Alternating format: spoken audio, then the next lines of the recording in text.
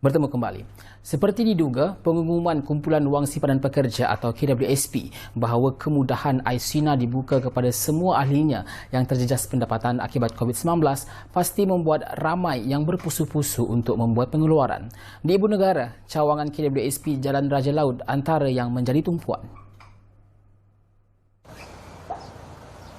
Tinjauan mendapati orang ramai mula memenuhi cawangan KWSP ini seawal 8 pagi. Rata-rata yang ditemui berkata kemudahan iSINA yang kini dibuka kepada semua ahli KWSP sedikit sebanyak dapat membantu meringankan beban kewangan dihadapi susulan kesan pandemik COVID-19. Kira kerajaan bagi ni untung sikit lah sebab orang ramai tak ada dapat kerja sekarang. Lepas tu kita punya ekonomi pun jatuh sangat. Ya, siapa kerja hotel lain tu memang very difficult. Tak ada kerja, tak ada apa. Memang susah lah. So bagi macam ni ikut saya okey lah. Tapi satu je, jangan ambil banyak sangat lah. Jangan tamak pakai untuk ngam-ngam untuk kita lah. Sebab kita kena simpan masa tua lagi kan. Itu je lah. Yang ni saya baru first time nak buat permohonan untuk KWSP yang pengeluaran RM10,000 tu. Sebab sebelum ni saya bekerja sebagai food panda, rider. Jadi dia punya pendapatan pun tak tetap. So saya nak cover saya punya komitmen, credit card sebagainya lah, hutang-hutang yang lain. Jadi sebab itulah saya baru nak apply yang permohonan KWSP ni untuk akaun pertama. Sebab untuk menyelesaikan segala-segala tunggakan-tunggakan yang masa MCO hari itu, so I think this is the best solution untuk kita withdraw lah. Tapi kita terima kasihlah sebab kerajaan bagi kelonggaran pada semua orang untuk buat withdraw KWSP. Itu je. Sementara itu, ada juga yang ke sini bagi mendapatkan maklumat lanjut mengenai cara permohonan iSINA melalui dalam talian. Saya cadang nak buat kat kaunter sebab saya kurang yakin dekat online ni kan, takut scammer ke apa kan.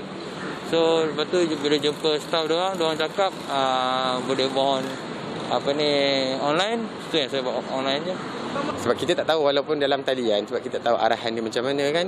Jadi bila kita dah tengok kat sini orang yang ramai, jadi dia pun tunjuk dekat sini, dia tunjuk cara-cara macam mana nak buat step by step lah dekat talian. Jadi itu lebih mudah dan lebih cepat lah. Terdapat kira-kira 8 juta ahli KWSP layak memohon bagi mengeluarkan wang simpanan dalam akaun satu di bawah kemudahan iSINA. Kategori 1 adalah bagi ahli yang tiada caruman dengan KWSP sekurang-kurangnya selama 2 bulan berturut-turut semasa permohonan atau ahli yang masih bekerja tetapi telah mengalami pengurangan gaji pokok sebanyak 30% dan ke atas selepas 1 Mac 2020. Bagi kategori ini, tiada dokumen sokongan diperlukan, kelulusan secara automatik berdasarkan data dalaman KWSP dan ahli hanya perlu memohon secara dalam talian melalui isinar.kwsp.gov.my mulai 21 Disember 2020. Pembayaran untuk ahli yang layak bermula pertengahan Januari 2021.